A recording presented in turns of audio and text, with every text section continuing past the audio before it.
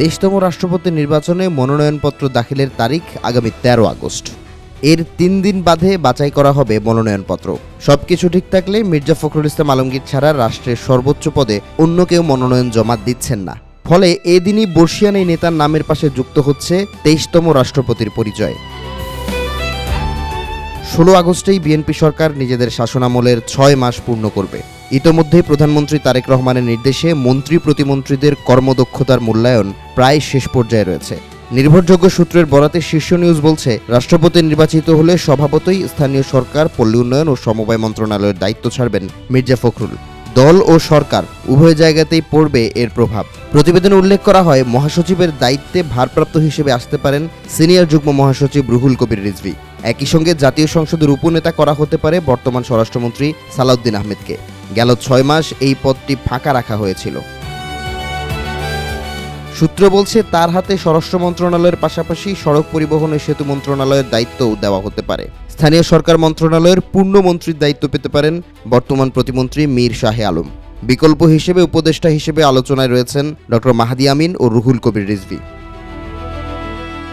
রদবদলের এই হাওয়ায় মন্ত্রণালয় হারাতে পারেন কৃষিমন্ত্রী। কৃষক কার্ড কর্মসূচির অগ্রগতিতে অসন্তোষের কারণে মন্ত্রী আমিনুর রশিদ ইয়াসিনকে অন্য মন্ত্রণালয়ে সরিয়ে নেওয়া হতে পারে। বিদ্যুৎ পরিস্থিতি ও খাতের অনিয়ম নিয়ে অসন্তুষ্টির জেরে বিদ্যুৎ ও জ্বালানি মন্ত্রী ইকবাল হাসান মাহমুদ টুকুকেও সরিয়ে শিল্প অথবা রেল মন্ত্রণালয়ের দায়িত্ব দেওয়া হতে পারে।